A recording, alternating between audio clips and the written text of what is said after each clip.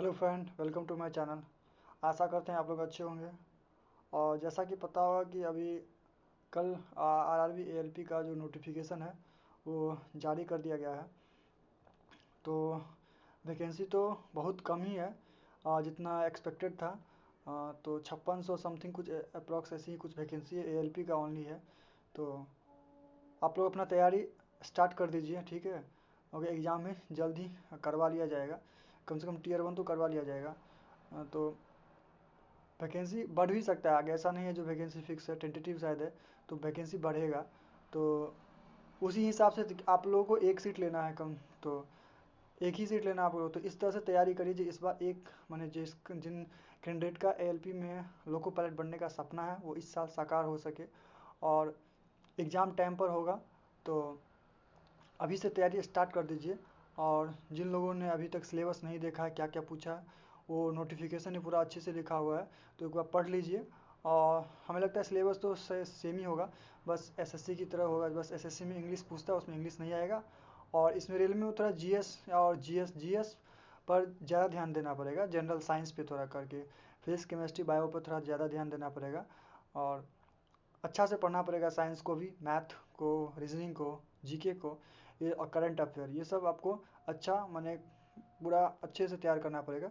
तब जाके आपका एएलपी का लोको पायलट बनने का जो सपना है वो पूरा हो सकेगा।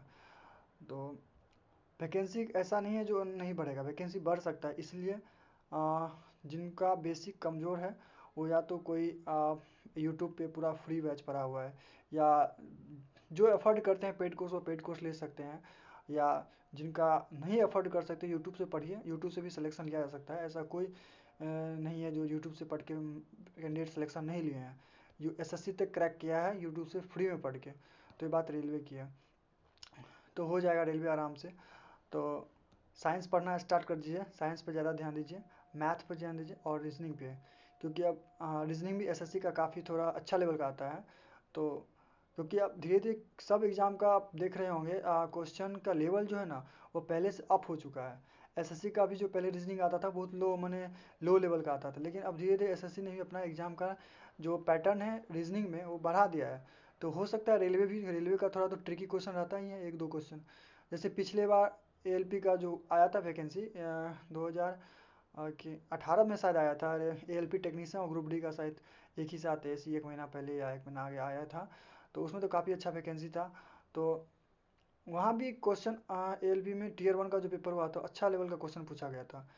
तो तो उस हिसाब से उस मैंने पूरा देखिए उस ईयर को, क्वेश्चन को एनालिसिस करिए और देखिए जो किस टाइप का क्वेश्चन आता है उसी टाइप से उसी तरह से आपको प्रैक्टिस करना है, ताकि इस बार सिलेक्शन हो सके, ठीक है। और पिछला बार भी जीके जीएस का जो क्वेश्चन था, माने जीएस में तो बायोलॉजी करके काफ़ी हाई आता है। तो बायोलॉजी पर ज़्यादा ध्यान दीजिएगा, फिजिक्स पर ज़्यादा ध्यान दीजिएगा, केमिस्ट्री है, माने आपको साइंस का जो इम्पोर्टेंट है वो रेलवे में थोड़ा बढ़ जाता है, ठीक है। तो साइंस पर ज़्यादा ध्यान देना है।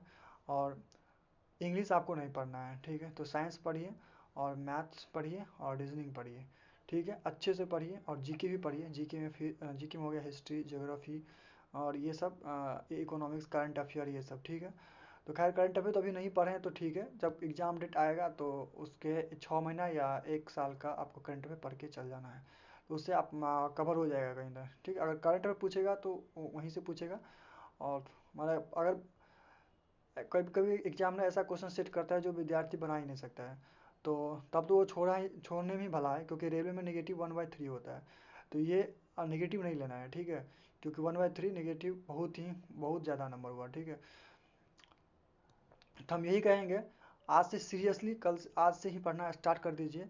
और फिर न, सरकार का कोई ठीक नहीं है, कब वैकेंसी आएगा नहीं आएगा, माने कोई ठीक नहीं है। तो जो आ रहा है उसको अच्छे से ले लीजिए, क्या पता अगले साल कुछ हो, क्या हो, नहीं सरकार की नीति पता नहीं क्या चल रहा है।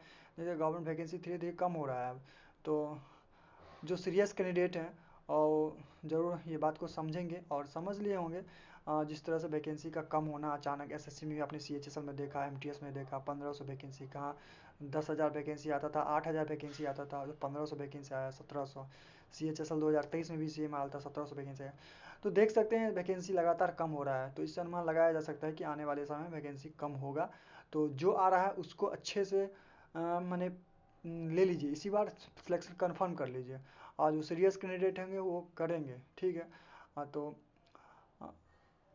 और क्या बताएं, और हम वीडियो और डालेंगे रेलवे एएलपी को स्ट्रैटेजी लिख के लेकर, एक वीडियो आएगा जिसमें पूरा सिलेबस बताएंगे, जो कैसे क्या क्या पैटर्न है वो पूरा बताएंगे, ठीक है।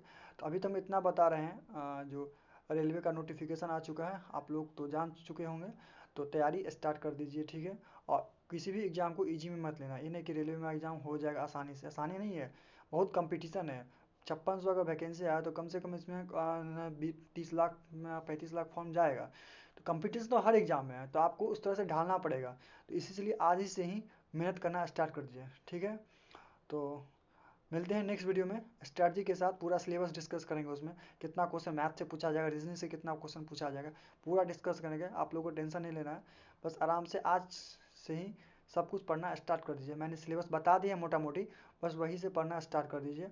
और 2018 में शायद एएलपी आया था, उसका प्रैक्टिस सेट बना लीजिए, और उससे भी पहले जो एग्ज़ाम हुआ एएलपी का 14 में हुआ होगा शायद, तो देख लीजिए वो सब क्वेश्चन बना के पूरा, और उसी ढंग से आगे आपको प्रैक्टिस करना है, ठीक है। तब तक के लिए goodbye and take care.